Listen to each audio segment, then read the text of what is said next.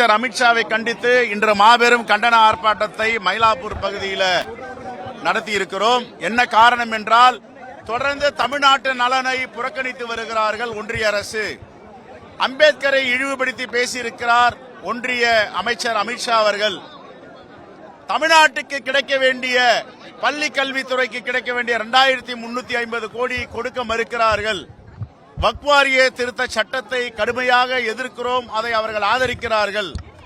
அதே போன்று தமிழ்நாட்டுக்கு வர வேண்டிய ஜிஎஸ்டி நிலுவைத் தொகை, தமிழ்நாட்டுக்கு வர வேண்டிய பேரிடர் நிலுவைத் தொகை, தமிழ்நாட்டுக்கு கிடைக்க வேண்டிய ஜிஎஸ்டி தொகை எல்லாவற்றையும் புறக்கணிக்கின்ற ஒன்றிய அமைச்சர் அமித்ஷாவை கண்டித்து இந்த கருப்பு கொடி கண்டன ஆர்ப்பாட்டம். மாதவ பெருமாள் கோவிலை தரிசிப்பதற்காக செல்லுகிறார். தமிழ்நாட்டில் உள்ள மாதவ பெருமாள் கோவில், மயிலாப்பூரில் இருக்கின்ற மாதவ பெருமாள் அமித்ஷா அவர்களுக்கு அறிவுரை வழங்க இருக்கிறார். மோடியிடம் சொல்லுங்கள், தமிழ்நாட்டிற்கு துரோகம் செய்யாதீர்கள், தமிழ்நாட்டு மக்களுக்கு வஞ்சகம் செய்யாதீர்கள் என்று பெருமாள் இப்பொழுது அறிவுரை செய்ய போகிறார்.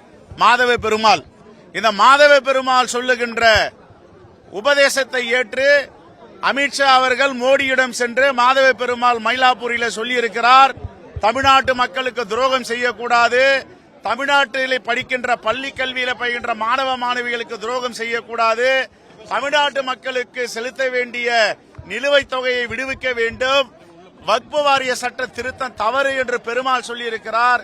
ஏனென்றால் ஸ்ரீரங்கத்திலே பெருமாள் பக்கத்தில் துலுக்க நாச்சியார் அமர்ந்திருக்கிறார். துலுக்க நாச்சியார் இல்லாமல் ஸ்ரீரங்கத்திலே பெருமாள் இல்லை என்ற வரலாறு இருக்கிறது. பெருமாளை தரிசிக்கும் அமித்ஷா அவர்களை துலுக்க நாச்சியாரை நீங்கள் வணங்க வேண்டும். துலுக்க நாச்சியார் வரலாற்றில் பின்னி பிணைந்திருக்கிறார். ஸ்ரீரங்கத்துக்கு போய் பாருங்கள், ரங்கநாதர் பக்கத்தில் துலுக்க நாச்சியார் இருக்கிறார். பெருமாளை வணங்குகிறீர்கள், துலுக்க நாச்சியார் மக்களை வஞ்சிக்கலாமா என்பதுதான் காங்கிரஸ் பேரியக்கத்துடைய கேள்வி. அமித்ஷா அவர்கள் பல்வேறு நிகழ்ச்சிகள் கலந்துகிறார். ஆனால் குருமூர்த்தியை சந்திப்பதில் தான் முக்கிய கவனம் செலுத்துகிறார். தமிழ்நாட்டினுடைய பிரச்சனைகள் பல பிரச்சனைகள் பேசல.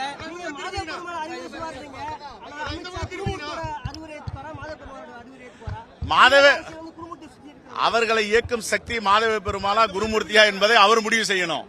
மாதவ பெருமாள் உண்மையிலேயே சக்தி வாய்ந்தவர் என்பதை நாம் எல்லாம் அறிந்திருக்கிறோம். மாதவ பெருமாள் என்ன சொல்லுவார்? துலுக்க நாச்சியாருடைய மக்களை வஞ்சிக்கலாமா, துலுக்க நாச்சியார் மக்களை வஞ்சித்து விட்டு என்னிடம் வணங்க வரலாமா என்ற கேள்வியை அவர் உண்மையிலேயே கேட்பார்.